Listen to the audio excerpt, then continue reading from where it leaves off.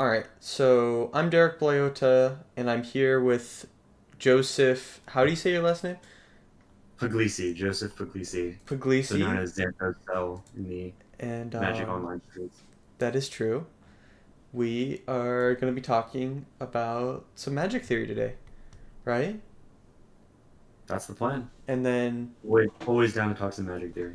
our goal is to be making this podcast, Accumulated Knowledge, to be discussing both how to make yourself a better magic player and also discussing long term like magic deck theory, and not really talking about like the day to day, week to week stuff in Magic, but more so talking about, what makes good decks and bad decks.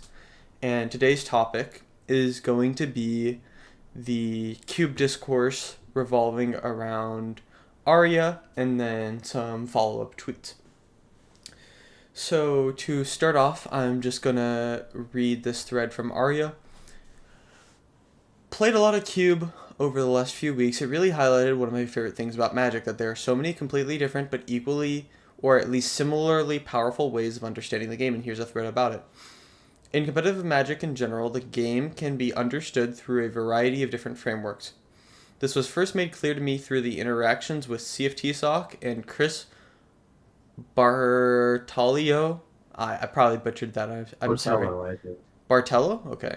While Botello. testing, they both view the game very differently than both me and each other. The frameworks with which Chris and Ray gauge strength and the lenses through which they understand the functioning of decks and matchups are pretty different from conventional wisdom without clearly being better or worse in this often the case with Magic in general. Different frameworks have different pros and cons and are situationally very different from each other, despite not being strictly better or worse than each other on the whole. What I like about Cube is that it's the place that this is the most obvious. Even among the strongest players, pick orders and preferences vary drastically. If you ask for a pack one pick one from a strong pack, you'll get a slew of different answers, and each person convinced they are correct. And the crazy thing is that they may all just be right. The strongest players get astounding win rates in Cube despite having extremely different approaches to and views about the format. And this is the breadth to the ways you can understand the game in a large part of why I love Magic so much. So, just An interesting initially, thread. yeah, I think this is a pretty interesting one. And I think talking about how there can be very different opinions can be pretty interesting because it's similar to how I think people can come to different opinions in Constructed, but on a much more amplified scale because I think Cube has a lot less like focused around it in terms of OP, and there's also like different levels of skill in this kind of thing. Yeah, I think it's interesting, and Cuba's been sort of picking up in the last, even just in the last 6 months, as sort of a format that was once really completely kitchen table, right? And there wasn't really content about it or people trying to play competitive Cube. That is no longer as much the case with the advent of people playing, Cube for stakes, money drafting, and also just more focus on Cube generally. So there's been some interesting discourse emerging out of that. Right. I feel like almost like competitive limited, whether you consider it like I don't think Cube counts as classical limited in the way that like a set maybe drafted 15 years ago and you're playing like 3 mana tutus, but I think it is considered limited in the way where it's like you still do have to draft a cohesive deck, and while the power level on Cube is vastly different from a standard limited set, there still applies a lot of the same skills that are required to make coherent decks. Yeah, for sure. So the first response was that it was Paulo Vitor Damarosa, and he was saying, I found this very interesting too. Do you think this is mostly because each strategy is right for a different type of player, or because the top answers are so close to each other that it makes no difference? And Ari responded with, I think it's more former than the latter, but quite frequently some of the combination. To me, it seems like there could be a large amount of bias at play. When I've been doing my cubing with just like random people in the MTGO queues, I often notice that cards that get played and constructed are heavily overdrafted. Like you're never gonna see like a Fable of the Mirror Breaker like fifth pick or whatever, but you can see like a random commander card that most of these constructed players don't know very well going Fourth later than Marine. maybe should be, because there's a large amount of information disparity between the people who are best at cube and are in the know here versus the people who are um, just dipping their toes into the water. Yeah, for sure. You can get some criminal late picks in the MTGO League streets where people just aren't familiar with the cards, right? People know Lightning Bolt, people know Land War Elf, people know Fable of the Mirror Breaker, but some of these Cube All Stars, maybe if you're a Reanimator player, you might not read Torsten 2 times, but you should. I think also it's not like when someone has a high win rate, it doesn't always necessarily correlate to the highest possible win rate. I think a lot of people will, like, let's say you're the mono white guy and you like always force mono white, you get pretty good at it. You're probably gonna have a good win rate in Vintage Cube because typically mono white is underdrafted at lower level tables, along with mono white just being a very well supported archetype in the current iteration of the cube. But I don't know if that necessarily means that you are maximizing your overall win rate, because there's going to be drafts where Reanimator or Storm or just like another fair archetype is going to be having blue control, whatever, and not taking those situations where maybe you get a 5 out of 10 white deck, but you could have gotten an 8 out of 10 blue deck, and not realizing that equity means that even though someone can have a very high win rate, they're not actually fully realizing their equity. Yeah, this is, I think, sort of the heart. You've cut exactly to the heart of the discourse, right? And the key question is how much of having preferences is leaving equity on the table? I think is the key question, right? Because some people want to start out. There's some scenarios where you see on these Twitter polls like pack one, pick one, time walk versus ancestral recall. That is not a case of preferences, to me at least. And I think it's actually just, if somebody says I prefer to start with ancestral recall, the amount of equity that they're leaving on the table is so significant that I don't think it's valid to call it a correct choice or an acceptable choice, right? Yes. If you're trying to maximize your equity. So you think Time Walk's better? Time walk it's pack one, pick one. It's infinitely better. It's so much better. Interesting. And there's some specific, pack three. Maybe we'd be talking something different, but the super short summary on that is that picking Time Walk pack one gives you so many outs to the truly broken Time Walk cards, like Eternal Witness and Tameo, that other people don't want, that in your deck will just become truly busted. So right. I think Time Walk and Lotus are the two most broken pack one, pick one cards that you can have, right? Yeah, I mean, I think there's also an amount of like shifting value in these things. I would say that like cards like value is obviously dynamic as whatever you're drafting or whatnot, but you also have to take into the context of like, let's say this Time Walk versus Ancestral thing of like, well, what else is in the pack? There's a pretty interesting learning experience for me pretty recently, where there was a pack where it had like 3 good red cards and then only 1 good black card, and I wanted to take the red card because it was like a Ragavan or like something whatever, and I was like, oh, this is gonna be so good, and then it was like, oh, if I take the red card, then I have to consider the fact that like 2 out of the next 3 people that are passing to me next pack are probably also going to be in red, or at least like will be trying to splash red because I'm passing them a busted card.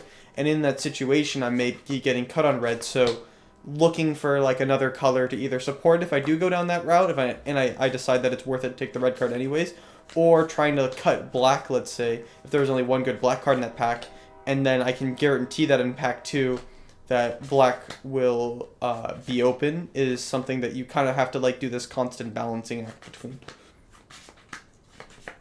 Yeah, for sure. And I think small edges like that are things that are not usually apparent, I think, to a lot of limited players who haven't, or players who haven't played a ton of limited, right? Where dynamic evaluation of card pick rates or pick values is pretty important. The Time Walk versus Ancestral one, I just think is really a good case of it'll often get framed in terms of I have a preference for Time Walk or I have a preference for Ancestral Recall. But I think maybe what this thread, Ari is trying to highlight in this thread, is something where it's closer than that, right? Is I have a preference for Lightning Bolt versus Swords to Plowshares. Probably Swords is better. Pack one, pick one. It's probably, that one might also have too much delta, right? But cases where the delta between the cards is small, and how do you decide which card you're going to take? Because you can only take one. Then I think it's very valid to have preferences slot in. Maybe Bolt versus Underworld Breach is actually a good example. Very different cards, both strong. Right. If I know that I'm better at drafting a Bolt-based tempo deck, maybe I pick Bolt. If I know that I struggle to draft Underworld Breach decks. Right. But in cases where the delta between the cards is so significant, then I think, to your point earlier, you can really end up in a spot where the preference is actually just leaving too much equity on the table, right? Even if I'm a forced mono white drafter, you have to take Time Walk over, I don't know, Cathar Commando, right? That it's not acceptable in a competitive setting to say that I have a preference for white, so I'll take Cathar Commando.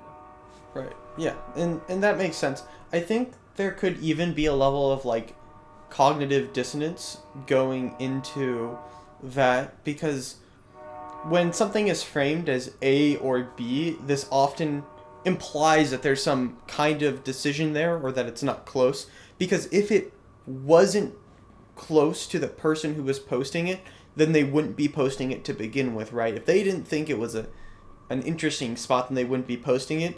And I think since these are both very old cards that are very, I'll just say infamous within the Magic community, they can be kind of framed as like equals, but it sounds like from your perspective they are not equals, and the fact that they get treated as the same is kind of doing a disservice to the like baseline of understanding these like from the ground up. And I think coming in with these like predetermined understandings of cards from older formats, or just generically playing them in other matches or formats of Magic, can really lead you awry in Cube, because you have these opinions or understandings of how things work, but that's just not what Cube is. It's a very different thing, and so while it's the same tools, you need to completely almost rescind your previous notions. I think if you had like Magic player A who like knew every card in the cube and was just like pretty good, and then you had Magic player B who was maybe like slightly worse, but then didn't have any of those preconceived notions, I think player B could probably pick up the cube faster, because they would start immediately forming all their opinions around these cards from the ground up, rather than having to like get over all these previous notions of like, oh man, I really like Fiery Temper, so I'm gonna pick it over like Dark Ritual or something, and like Dark Ritual isn't good because I don't want to go down in cards and limited or something like that, right? There's just like all these different weird notions that you can have that can just completely lead you wrong in Vintage Cube. Yeah, when I was first starting to get into drafting a lot of Cube, I was coming from a mostly constructed background, and I had this pointed out to me very early on by a player much better than me, looking at the cards Mana Leak and Counterspell. As a constructed player, Counterspell is better, right? Mm-hmm. But I think in Cube, it's often going to be the case that, especially early on, Mana Leak is better. Much more castable. It's just going to be a more versatile card. You can play it in multicolor decks. You're not committing yourself to double blue pips. So Right. I sort of had to unlearn that card evaluation of Counterspell is better versus, well, in this environment, it actually tends to be the case that Mana Leak is more versatile. Right. And that makes total sense to me because, like, actually casting your spells is pretty broken.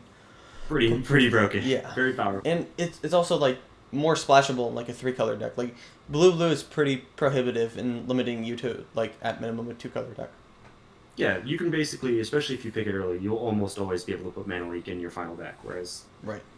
Counterspell, if you go Counterspell into Channel, you're in deep trouble.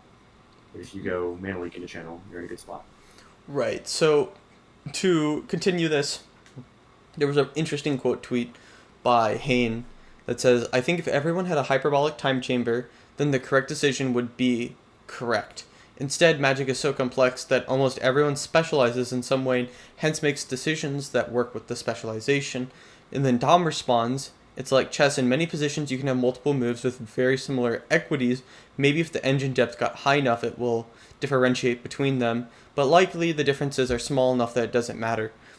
And I like the chess reference a good amount here because there's often situations where if you're, I'm not good at chess at all, but I've played a little bit, and you can get into these positions in the board where it's like, +1 material to this move or like plus 0.8 material to do another move. And if there wasn't any engine telling us what to do, I think it would be a pretty similar parallel to how these things in Cube relate to preferences, where it's like, do you go move the knight or the bishop here is the exact same to doing time walk or ancestral, where they're framed as like preference situations, but they're actually probably there's a correct answer here if we spent enough time or uh, you know processing power, understanding, and running the numbers. Yeah, I think the chess analogy is really good. There was an old interview with Gary Kasparov, former world chess champion, where he talked about the actual values, similar to sort of pick order, the value of a knight versus a bishop. The common, baseline thinking is that both of these are worth 3 points. They're of equivalent value. And he said it was Bobby Fischer, an American player from many years ago, who was one of the first to suggest that the bishop was actually better. Right. He gave it 3.25 rating, right? Because in more situations, it was just going to be a more useful piece. And Kasparov said that he thought it was 3.15. He was more conservative, but that after the chess engines got much stronger, he thinks probably they've shown that Fischer was right and that it actually is something like 3.25.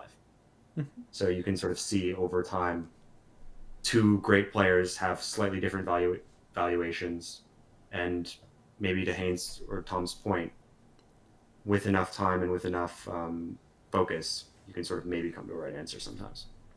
Well, I also think it's like many people are engaging in these cubes in not the most competitive aspect, and you can have like, oh, I really like this Sure. card and I'm gonna play it. So when you get into those situations, it's like, well, are we trying to win the most here, or are we like trying to do something that's fun and differentiating that? I'd be curious to see if like 17 lands was on MTGO, how the data would break down for something like Vintage Cube, because I would expect a lot of the people who are like winning the most in the 64 mans or the money drafts or whatever to be pretty on the point.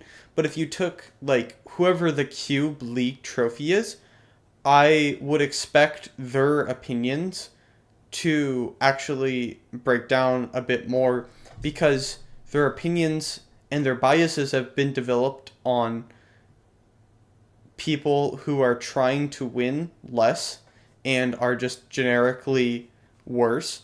So you're getting biased data points on these cards. Yeah, for sure. And I think right now the trophy leader is J Bro, Jonathan Brostoff, who I've drafted with a bunch for stakes actually, Right. and he's coming out of that environment where, yeah, when you're playing for $50 or $100 a pop, it actually does matter whether you make the correct pack one pick one, right? Right. Whereas if I'm playing in a 5 ticks Magic Online league and I see pack one pick one Underworld Breach, I take it. Maybe we're just gonna have a fun time. Our deck, it's like acceptable. It's not a complete spew. But when you're playing against good players for stakes where everybody's trying to maximize not just their enjoyment, right? Because I think a lot of times, especially in paper, Cube is drafted for fun, right? People don't, maybe you're the Boros aggro player in Cube, and so you draft Boros aggro because you think you're going to have the most fun, which is valid. But when we're talking about whether there's a correct answer to a pack one, pick one, or any sort of pick, then we're talking about something slightly different than we're trying to maximize equity. Right. And I think you can't just evaluate it on if a card is like good. It's like, well, how does this card interact with the most popular archetypes? How does it create winning board states? And what archetypes do I want to be drafting? And then how does it fit in there? A card that I have thought that was like pretty good, but then often the decks that I like put it in, I'm not always the most impressed with, is kind of that Underworld Breach type card. Like, Agreed. I think if you watch like the whatever the most recent LSV video is where he's like drafting the 6 Storm deck versus, just peasants in the MTGO queue, it will make you think that this is like the best card ever. But the issue is that if you don't get that key brain freeze or whatnot, Breach just isn't going to make your deck. And while it is a powerful card when you get the right things to build around it, specking on it early when there's like, I don't know, like a Volcanic Island or Underworld Breach, the Underworld Breach is obviously the much more flashy card, but the fact of the matter is that Volcanic Island is going to make your mana way more stable. It ends up in a color combination that I really like being in most cubes, although in this current iteration of Vintage Cube I found to be underperforming a bit compared to other Vintage Cubes I've played, and broadly just people, I think, like the median cube drafter is just a bit too low on casting their spells. Yeah, I think for sure. I think I would put Underworld Breach and probably Fast Bond as two of the cards that are the highest variance, right? Where they're either tens or zeros a lot of the time. Whereas this is a card that I put in so many of my decks, and when I draft with friends watching me, I've been made fun of for this card, right? But I actually think that it is a card that is just a 6 or 7 out of 10, 100% of the time if you're going to play, if you're in those colors, for those exact reasons you said about how it interacts with the rest of the format, how it lines up against other players' decks. And in Vintage Cube, I think Containment Priest is actually really slept on. I would actually As agree with that. That's a card that I think is like a premium sideboard card. Like I think Flash, Reanimator, just like I would even consider boarding it in versus like polymorph type stuff. Like if I see a green player and I really need an answer to like natural order or whatever, yeah, if I'm playing mono white, I'm just bringing Containment Priest and it can be really good. And even if it's like not coming up in that specific game, it's still just like a 2/2 flash, which is pretty yeah. acceptable and what those decks want to be doing anyways.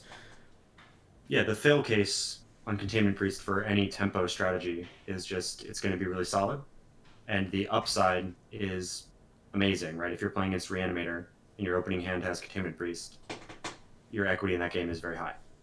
So I think that's Right. sort of the opposite of the Underworld Breach effect, right? Where if you draft Containment Priest, you're pretty likely to be able to put it in your final deck and be happy about it. Whereas if you draft Underworld Breach, sometimes you're going to love it, sometimes you're not. Right. And like another card that I would say is like in a similar vein to that I think I've personally caught myself overrating is like Palantir of the Orthonic, I Agreed. think. Okay, well, Because like Palantir. that card is just like a little bit of card advantage, a little bit of damage to the face. If you're playing anything from like aggro to just like control, it's just like very reasonable and makes all your decks, and it's like putting a premium on stuff that makes your deck seems to make a lot of sense. I've lost a lot of games casting Palantir, and it's kind of a sick one, Right. but depends on what you're playing against, right? Yeah, I mean, there's definitely matchups where it's not as good. But to transition, he gets quote tweeted by Ryan Sachs. I'm not familiar with Ryan Sachs, but Neither. I'm just gonna read off his stuff. So game theory, this is a simplification, tells us that even if this is true, it's likely a probability distribution across the options and not actually a single correct answer. As an example, the equilibrium could be pick card A 70% of the time and card B 30% of the time, not just pick card A. To help understand, let's say you're drafting against 7 copies of this hyperbolic time chamber node strategy. If it's deterministic, you could come up with a countering strategy and beat it with a different approach. By definition, that's not optimum.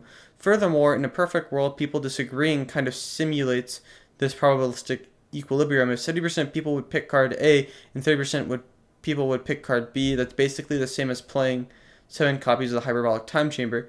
I think I didn't get my point across. I'm not a fan of posts like Haynes because the disagreement people have is actually the thing we experience closest to right. If we had a supercomputer, we'd agree, but still pick different cards based on weighted coin flips instead. So, at least my impression of this is I think Ryan is maybe not communicating the best what he is trying to say. I think what I took away from this is kind of a lesson that I had to learn the hard way out of my first PT, which was that like the fundamentals of all drafting is just like trying to find the cards that are like underrated so that you can gain an edge over the field because everyone's going to know most likely the most busted cards. But if you can find the 3 out of 10 that's actually a 7 out of 10, you are going to be able to just make a better deck than your opponent. And what he's saying is that there's some amount of exploitativeness here. In like poker, this is called like exploitive play, where if you're playing versus 7 of these 17 lands bots that were playing Vintage Cube, you would be able to see where they were overrating or underrating, or just in that data set, even if it was technically correct, there would likely be a leak somewhere where you could exploit the way they were evaluating everything holistically and then gain an edge inherently. Because as soon as something is like set in stone, there's always going to be room for innovation because I feel like Magic is a very dynamic game. But I do also think there would be that like set almost correct tier list and then deviating from that while would like it would be making an adjustment from playing just pure perfect game theory Magic. Yeah, and I think you can see this in Cube with when you draft against players who have, we might say, very strong preferences, right? I've drafted in pods with people like a very good Cube player, Sandy Dog, who drafts Boros, but probably white-based aggro strategies a lot, like most of the time, right? And you can sort of sometimes exploit that by if I'm passing to Sandy Dog in pack one and I open my first pack and I see a good white card and a good black card, say like Solitude or Shallow Grave, it's probably close between the two, right? Maybe we think Solitude's a little bit better in that scenario, but maybe there's nothing that would tip me one way or the other. Well, if I take Solitude, I'm suddenly train wrecking Sandy for the entire draft. Right. A And lot of the time, yeah. right? And And since he so has you that can sort such of heavy exploit that. preference, if he was the GTO computer, then you're finding a way to exploit their strategy and that's just like the outcome of Magic being dynamic, right? That isn't like Right. I'm not sure he's even disagreeing with Hayne as much as just making like an iteration plus like extra explanation of how these dynamics can work out. Yeah, I think at a base level, that's right, and that he's not strictly disagreeing with Hayne. I do think, and I think Hayne later elaborates on this a little bit, that what's the right way to put this? That sometimes this might be true, right? So if we take the Solitude versus Shallow Grave example, maybe we think that Solitude's a little bit better, probably a little bit better. to pack one big one, right? That shouldn't translate into me picking Solitude 100% of the time. Maybe based on the other cards in the pack, I think something else, maybe I'm supposed to pick it Right. If there's more 7 white often. cards and 1 black card, then like it was Right, kind of then like I what I was probably talking pick about it. earlier, where like you need to value that somewhat. But I would also Right. say, in poker, it's like very common to want to like balance your range, where it's like, oh, 40% of the time I do this, 20% I do Yeah, this, and like the other 40% of the time I do this, like to keep the range of outcomes that you could be doing pretty flat, or not flat, but unknown to your opponent. And in Magic, I think this is basically very diminished in the way where it's like, let's say my opponent plays a Birds of Paradise on turn 1, and I have like a Lightning Bolt in my hand. Like 90% of the time, maybe higher, maybe lower, there's obviously context here, you probably should be killing the dork. And the amount of like mind games you can get out of not doing it is probably going to be trumped by just the amount of like win percentage you would be getting out of just making the correct play.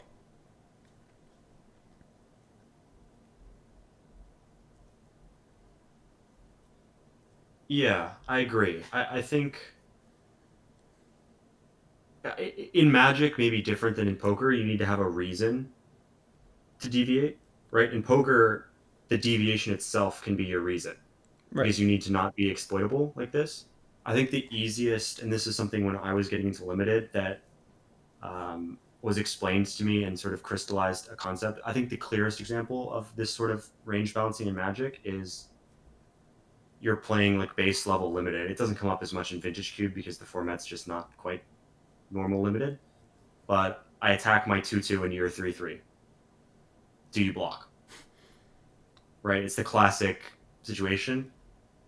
That is an example of sometimes, I think sometimes you should block, but I don't think you should always block or never block. Right? Right. Probably if you're at like 18 life, 20 life, you should err on the side of not blocking because it's usually worse for you if you block and they have the trick. But maybe we say you're going to not block 10 times and then block once or some combination between. You're exploitable if you always or never block. Right? Right. And But oh, go ahead.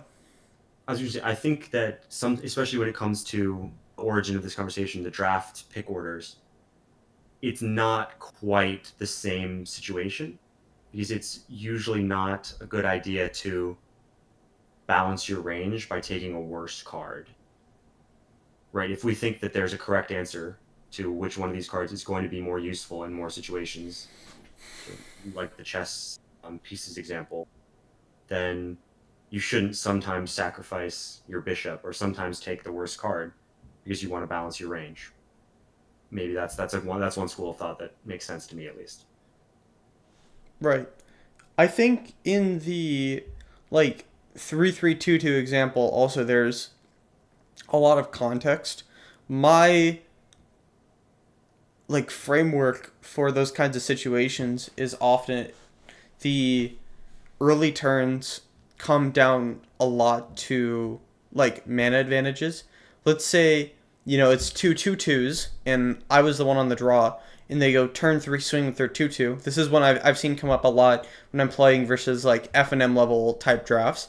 My opponent will swing their 2/2 into my 2/2, and I'll just like snap block and they'll just cast a pump spell, and I'll just like think to myself, well, like Great. I I'm win. very happy because instead of spending your turn 3 developing to the board, you've now wasted Right. a card kill like you've wasted like your Tempo functional negative. removal spell killing my 2/2, and now I get to untap and play my 3/3, which may just invalidate your 2/2 to begin with, and now like I'm ahead on board and I've been more mana efficient. Right. Right. It's like hugely tempo negative.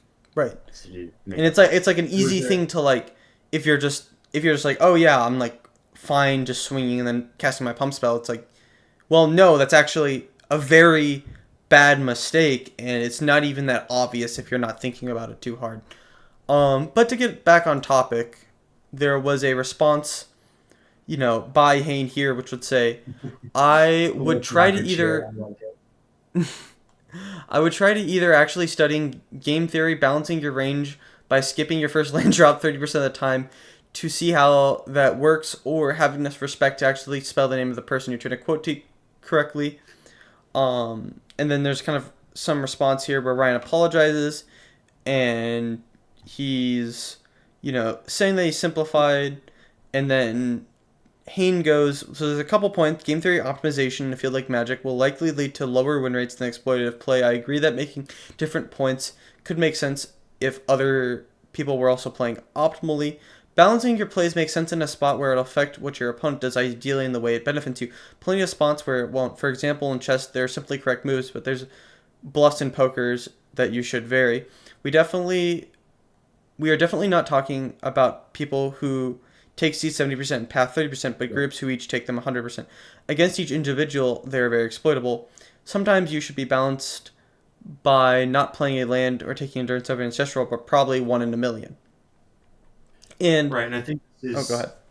exactly what so this echoes exactly what we were talking about earlier, right? Or we're echoing this discussion where the balancing of the range is somewhat applicable, but not maybe in exactly the way that it was being framed earlier, where yeah, you should vary between time walk, and ancestral, and take time walk 90%, ancestral 10. No, right? If we think that time walk is strictly better, which I think is correct to say that it's strictly better as a back on Bitcoin card, then the range balancing aspect doesn't come into it. Is I think what Haynes saying here is sometimes it's simply correct. There are spots in Magic that are bluff like poker, but they are more uncommon, like you said.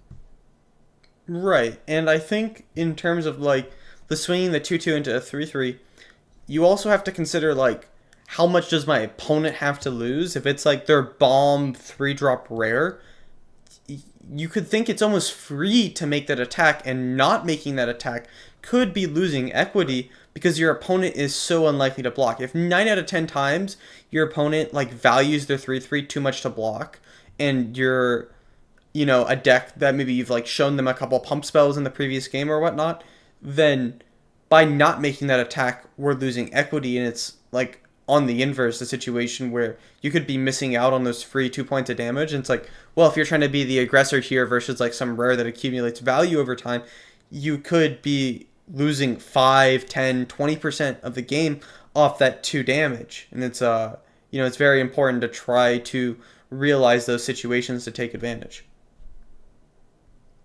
Yeah, there was an old episode of this. Was actually Haynes' podcast, Table for Two, where he talked about playing against a player, I believe, at the Pro Tour, who he knew, and the player was from Philadelphia, and this exact spot sort of comes up. But Haynes, having had prior experience with the player, knows that he has a saying, "We block in Pittsburgh." So he knew that if I attack, he's going to block, and so that damage is actually not free, and the player sort of avoided 2 points of damage. Right? He didn't have to think about, well, do I block here or not? He just got the free equity by having the reputation of we block in Pittsburgh. Yeah, and But that kind maybe of, that's also cool, right? yeah, it's like it's partially like a leveling thing where there's like level 0 where it's like maybe you should always block, and then level 1 is like, well, what if this is a bluff? And then level 2 is like the double bluff. And I feel like often Magic, I would say like 80 to 90% of the time, maybe even more, you should be making the level 0 thing. And there's like the 5 to 10% where it's like cool, interesting level 1 stuff where it's like considering making the bluff or whatnot. But I think in terms of calling bluffs, I would say like 99% of the time, at least at the non Pro Tour level in my experience, trying to call people on their bluffs has like been very unsuccessful for me, because Doesn't work great. the amount of effort your opponent has to be putting in to like be playing well, deck construction, all the other things that they could be tracking, to then have the the time to think, how could I bluff in this spot, or make, create a story for my opponent to make them believe that I have something I don't, and then also realize that equity is like so far down the trench hole of things that most people are tracking that it's just like a little bit too far gone for me to really spend a lot of time thinking about that, I feel. Agreed. I once played a match where I just jammed Fable on turn 3. My opponent had one open island. They were sort of fiddling with it, and then they passed. I just cast Fable, and eventually won the match. And afterwards, they're like, "Oh, I was trying to bluff Spell Pierce there, but you just cast your Fable. I don't have any other turn 3 play, my Right, friend. like what are you I'm gonna do? jamming." Wait 2 turns to play around the spell? Like, Right. yeah, it's like So it's it's just too not like they losing for you to continue waiting. right. So it's a maybe they actually were bluffing representing Fable, but it doesn't matter, right? Because my play is forced. Right. So the Giga Brain, wrinkly brain play of, oh, my opponent is representing Fable, so I should not, or representing Spell Pierce, so I should not play my Fable, just doesn't work. Right. You just revert back. The level 3 is back to level 0. Cast your spell. Yeah. All right. Is there anything else you want to talk about on this? I think we're around 40 minutes right now, so I'm happy to wrap it up. Yeah, I think this was very interesting. Sort of more eyes getting on Cube, which Right. is always good to have a cool new format. And as people pick it up and play more, the one thing that I worry about with discourse like this is exactly you put your finger on it earlier, Derek. With a lot of Cube is not getting played at with like a competitive mindset, right? Or it's not getting played for the purposes of maximizing equity. And then people sometimes port over their I 3-0'd with this sick Magic Online League deck. Urza is super broken, or Mystic Forge is the best card. And there can be some channel crossing of, well, what's actually the case, and then preferences versus maximizing equity. What are we Right. actually I maximizing? mean, like, there's a lot of different levels of filtering through the noise here, but you Right. kind of have to both have a good theoretical basis for understanding magic and then also be able to act on that understanding in a way that makes sense to you. Like, if we go into the like LSV thing, it's like, well, if every cube draft that LSV does is a 3-0, you can't just write off what he's doing as wrong because he's skill diffing these people. Like, he has to be doing something right, Right. Right. because obviously he is very good. But then also, that doesn't mean that LSV is 100% playing perfectly because He underdrafts white for sure. right, like yeah, there has to be equity missing here because we're going to develop preferences, and there's also different factors at play where like he's trying to make something interesting. Like, who wants to watch someone draft mono red 1,000 times, right? He's trying this. If you think Right. about it, this is on a YouTube channel. He's trying to make something for entertainment, not for necessarily optimizing win rate. Yeah, there's conflicting incentives for sure. Right. Cool. Well, I hope to be recording again in the next week or two, but this was our first episode, and thanks anyone who listened this long.